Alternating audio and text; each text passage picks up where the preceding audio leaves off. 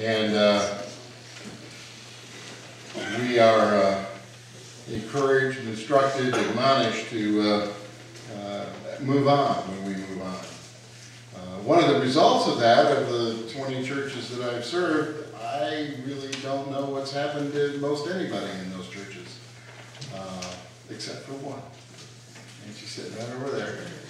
A 13-year-old youth at the Cross Church when I went there, and became our babysitter and kind of part of our family, and I kept track over the years. So it's nice to know that at least one person got the message somewhere along the line. So if I didn't do anything else in my ministry, maybe we inspired this one to go on and do what she does. So I'd like to introduce Tara Garcia and have her come and tell you about what she does.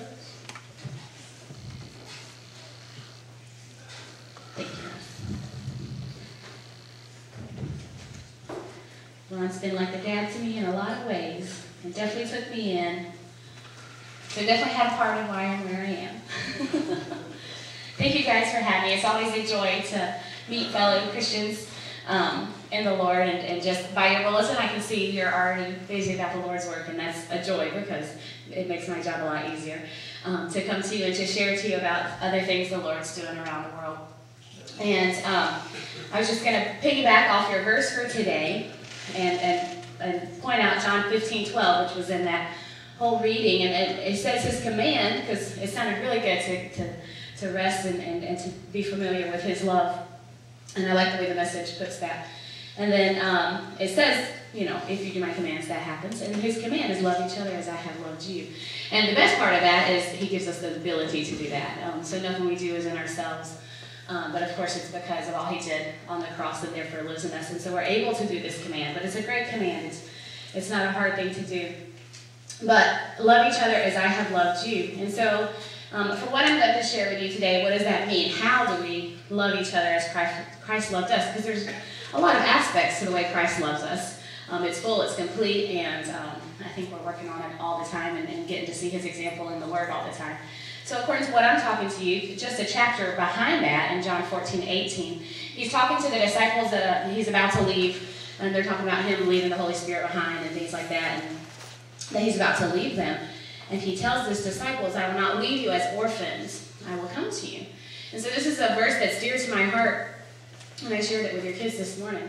But why did he choose to say, I'll not leave you as orphans? I'm sure most of these disciples had family that they actually had kind of left behind to follow Christ.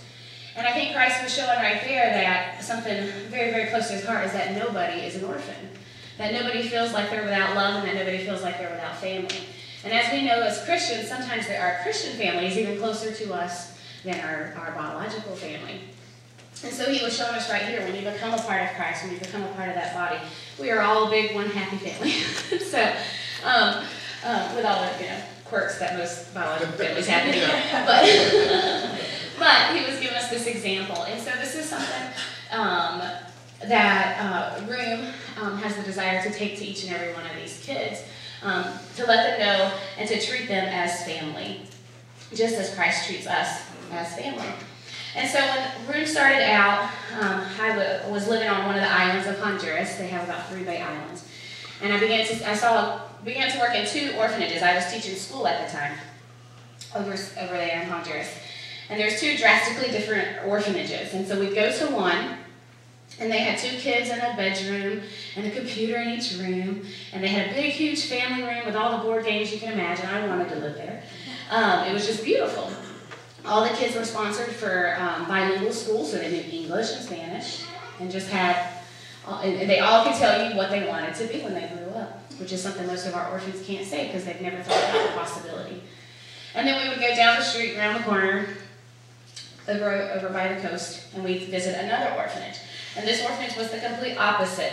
As soon as you pulled your car in, they're on your car, and then you get out, they're on one on each arm, leg, they're desperate for attention. And then they're in ragged clothes, no shoes. Only set foot in their bathroom once.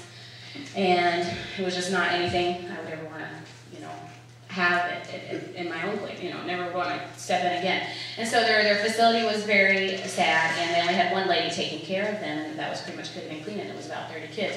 So they definitely did not have a family. And so what the difference was, the first orphanage was being sponsored wonderfully by the states. They had a wonderful set of house parents. Teams came all the time. They all the time had long-term volunteers in there. And so they were being loved as a family by the body of Christ. So these kids did not need attention. We'd walk in and they'd say, hi, how are you doing? And go about what they were doing. And so the complete opposite was the one where the kids were not being loved as a family, and they were truly still orphans. And the body of Christ had not come as Jesus said he would, because how does he do it? Through us. And not, come and not left these kids as orphans. And so they were still orphans. And so that was the beginning of R.O.O.M, Reach Out Orphanage Ministries. I just began to say in my heart, and the Lord began to build that. Why in the world do we have these two different orphanages? Same area, third world country, second worst country in Latin America next to Haiti.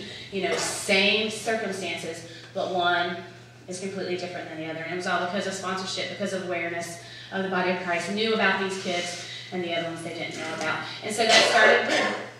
And we came back home, we started a nonprofit, and it was established in 2006.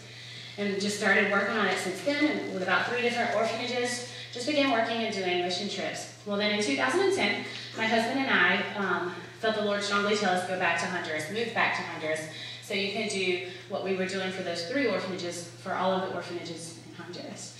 And so we moved back in 2010 and got started right when they kicked out the president and had all kinds of fun stuff going on. But if it wasn't for the Lord telling us to go before that, we might have second-guessed ourselves. But he told us before all that happened, so we knew we were headed in the right direction. We've been extremely blessed ever since. And so since our son moved there, the Lord has just done amazing things. We moved from those working with 3 orphanages to working with over 17. And we still know of several orphanages that would like to be in our program, that we just need to get the funding and the ability and even staff to be able to reach them.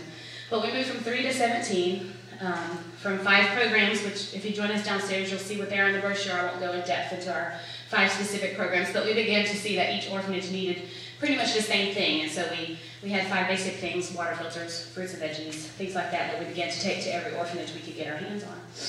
So we moved from those 5 programs to unlimited amounts of programs. And I'm going to share about some of those right now. We're just open for whatever the Lord wants to connect us with. And so we kind of say we moved from helping to rescuing.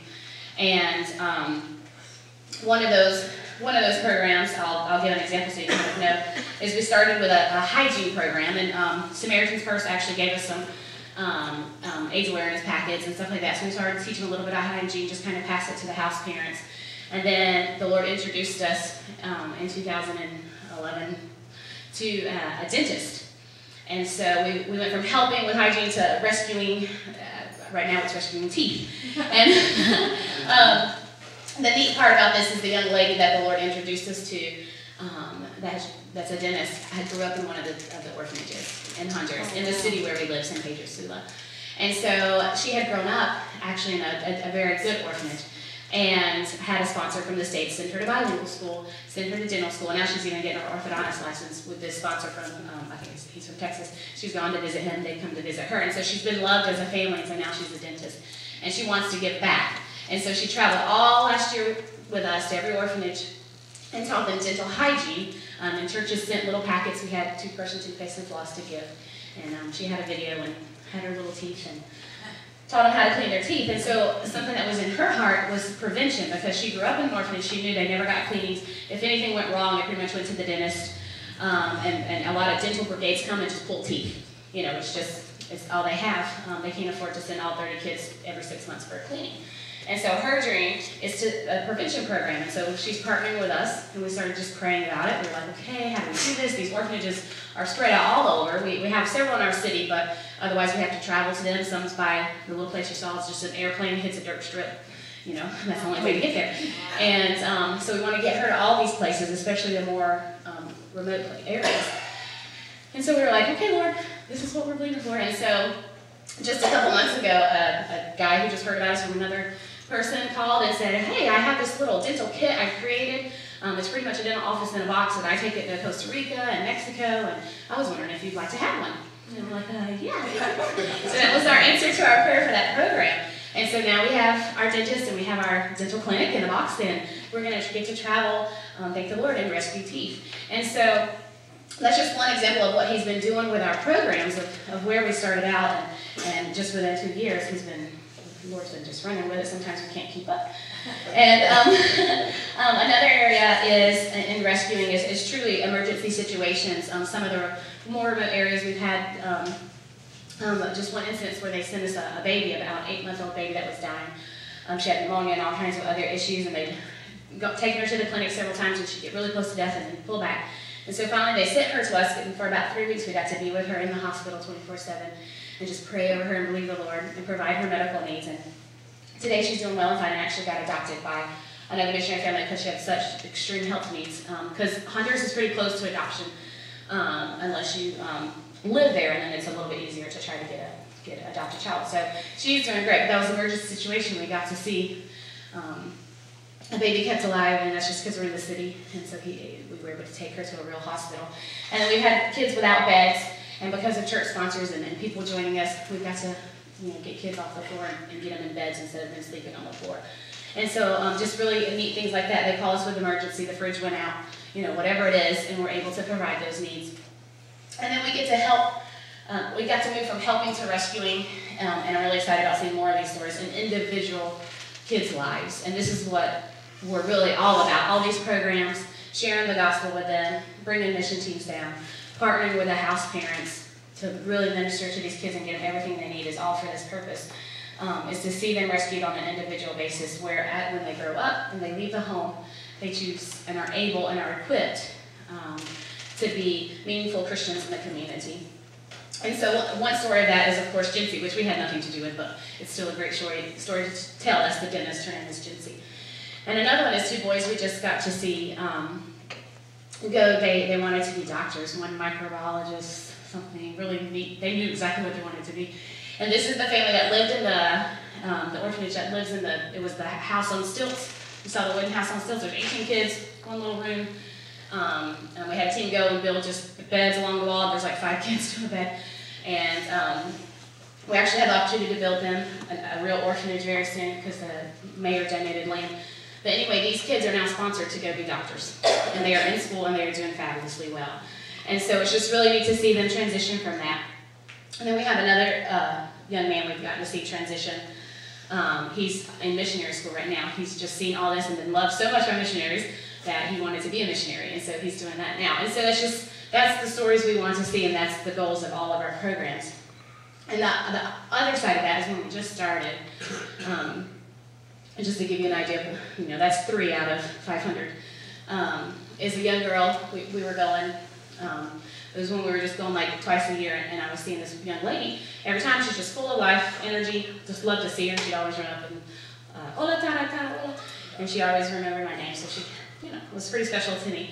And so I saw her for about 2 years in a row, and then the 3rd year I went, she wasn't there. She wasn't in the home.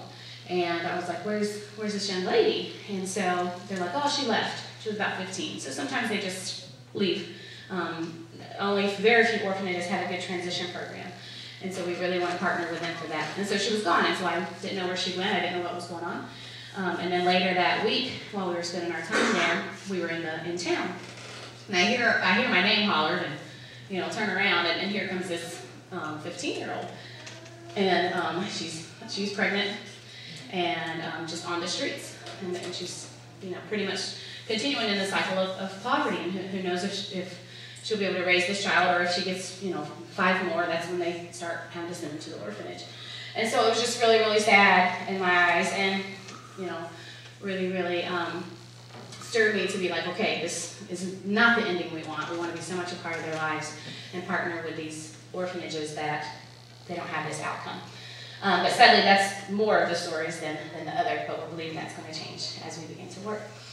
And so, spiritual guidance, we have several programs for that as well, and that's developing into what we hope is going to be a camp for the kids. And I could share on and on. We have some counseling by Skype we want to start doing, things like that. But just God is beginning to send us people that have a passion in an area that these kids need. And so that's really what this whole trip is about, is because we're moving so quickly between from 3 to 17 orphanages, from 5 programs to unlimited, to whatever the Lord really knows these kids need the most, we're praying for a team. And so it was really neat when a couple of friends and families started calling and says, hey, I have a church that would like to hear about your ministry. And so that's why our family's here for these 2 months. We have about 5 states we've been traveling among. And just thank the Lord for all the open doors. And we're praying and we're believing for a team that wants to help us bring these programs to these 17 orphanages and then to all of Honduras, or all the orphanages there, and to build them and to make them what they want. Because we have the dental kit and we have the dentist, but we don't have money to send her anywhere anymore. And so we've outgrown our budget, which is actually a wonderful thing. And we're believing the Lord for staff in Honduras so we have more hands, because our 4 hands can't handle all these 17 orphanages anymore. And so we're just thankful for the Lord, where the Lord has brought us, but we're also believing and looking for a team. And that looks like different things to several different churches. We've had some churches adopt an orphanage and just say, we're going to love on this orphanage, and that's the Bethel United Methodist from Midland, which is near Charlotte, North Carolina. They chose that orphanage. We helped partner with them, and then they came on a trip. They send money monthly, and we get to take them fruits and vegetables. Actually, we're planting, there's a garden there as well because of the area they're in, so they can grow their own fruits and vegetables, because they very much eat beans and rice, beans and rice, beans and rice. And you'll see rice bellies. And you may have seen some. It looks like mine, and it's just very looks much odder on a little guy though. And so they just don't have the proper nutrition, and so we're trying to plug that into the orphanages. So we deliver fruits and veggies monthly or every 2 weeks, depending on where they are and how quickly we can get to them. Because they have a sponsor, we're able to do that. They have a church sponsor or an individual family sponsor. And then we do other things, whatever they need. It looks different. We put in cabinets. We help make their place more livable, clean sheets. Try to make it more, hygiene aware, so these kids aren't sick so much. Things like that. And so we just do all kinds of work in the home, and that lets us be there with them as well, and do little Bible studies and stuff. And Minute to Win It, if you've ever heard that, they love Minute to Win It. But we do those little games. So it's just really great. Once they have a church sponsor, we get to go every week, every month, and be with the kids. We get to do a lot more with them. So that's one way that's starting to look like. And then, of course, we have mission teams come and do building projects and do stuff like that. We have we're just now into public orphanages, which is completely different than the private ones. Private ones are run by locals or missionaries or a church. Public ones are run by the government. And so it's very much an institution. The kids don't leave. They don't have schooling except for mission organizations that come in and do stuff. And so we're partnered with one of the organizations that does that, and just really, this is a really rescue area. And if you go on our blog and read more about it, but there's about, in just the one in our town, there's about 15 special needs orphans. And the thing is, because the kids have to cycle through the government, once they're taken away from the families or their family's lost, whichever happens, they have to cycle through the government's system, just like social services or something. And so they always start in a public orphanage, but then they get to go to a private one and have a little bit better of a life. But these special needs don't, because there's no private orphanages that can work with them, that know how to work with them. And so they're pretty much there. So we have about 15 special needs kids, from babies all the way to about 10 years old or so, and they're all in cribs. They may have use of some limbs, may not. They're pretty much fed. There's two tias to the 15 special needs, plus however many babies they have in at a time, which is usually about 3 to a bed. And so when they just have brand new babies that come, moms leave them at the hospital or whatever happens. And so we go there regularly, and we're really desiring to rescue them as well. And so we have some churches that have a heart for special needs kids, and so we're going to try our best to have a home and take them away, but take them from the public orphanage, get them into a real home. But if that doesn't happen, we're just going to be with them regularly and give them therapy. And we have a hospital that will give them free surgeries if we can have the promised regular therapy. Some of these kids can actually walk. They've just never been given the therapy. And so we just want to get them out of those cribs. There's a Down syndrome boy that's actually tied to the crib because he's so rambunctious and things like that. And so just stories that you would never even want to hear about that we've been seeing. And so that's another part. And so it depends on where your passion is. Everybody's starting to just get involved. We have a guy hiking the Appalachian Trail to raise money for R.O.O.M. So he may never come to Honduras, and that's fine. Some go and some stay, and that's the way the Lord planned it. And so he's hiking the Appalachian Trail, which he loves to do, and raising $30,000 for one of our projects. And so it's really a wonderful thing. So whatever the passion is, whether it's on an individual basis or on a church basis, we're looking for a team that the Lord knows everybody has a spot to be involved with orphans somehow, some way. And then there's just one really quick, that's just us in a nutshell, and we have plenty of time to ask more questions. But there's one really quick statistic I want to share with you. I don't usually share statistics because I don't usually know about them.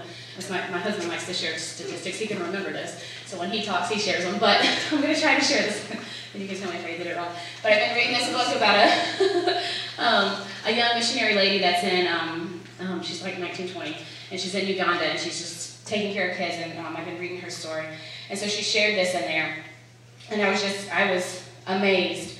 And it really put things in perspective. But pretty much, she gave lists of so many million orphaned by AIDS, so many million dying of hunger, not having clean water, dying of not 80% of the third world country dies from not having clean water. That's one of our programs. So anyway, it equaled up to about 164 million children around the world, third world countries, that are dying from preventable causes. And there are approximately 2.1 billion people that claim to be Christian, and we know, that's here or there, but the 2.1 billion claim to be, and we know at least even if it's just half of those that really are, this could happen. She said if only 8% of that 2.1 billion would care for one of the 164 million children, there would be no statistic. There would be no needy children, none dying from hunger, no orphans. They would all be loved as a family. And so that's just a really big picture of 8% is not a lot, and only got to care for one. And so that just really hit me hard of how really doable this is. It's really doable for us to reach every orphan, and not only in Honduras. I won't get into it, but the Lord's opened the door for India and Costa Rica as well. There's 6 orphanages we know of in India, and we're hoping as soon as we get a missionary family planted there, they can do the same thing we're doing.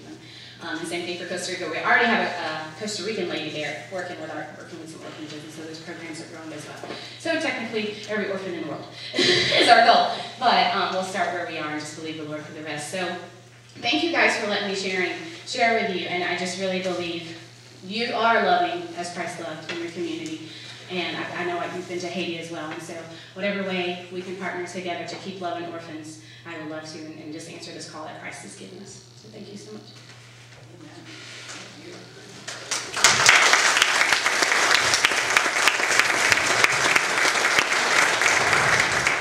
For all of you that thought the people from the South speak slowly,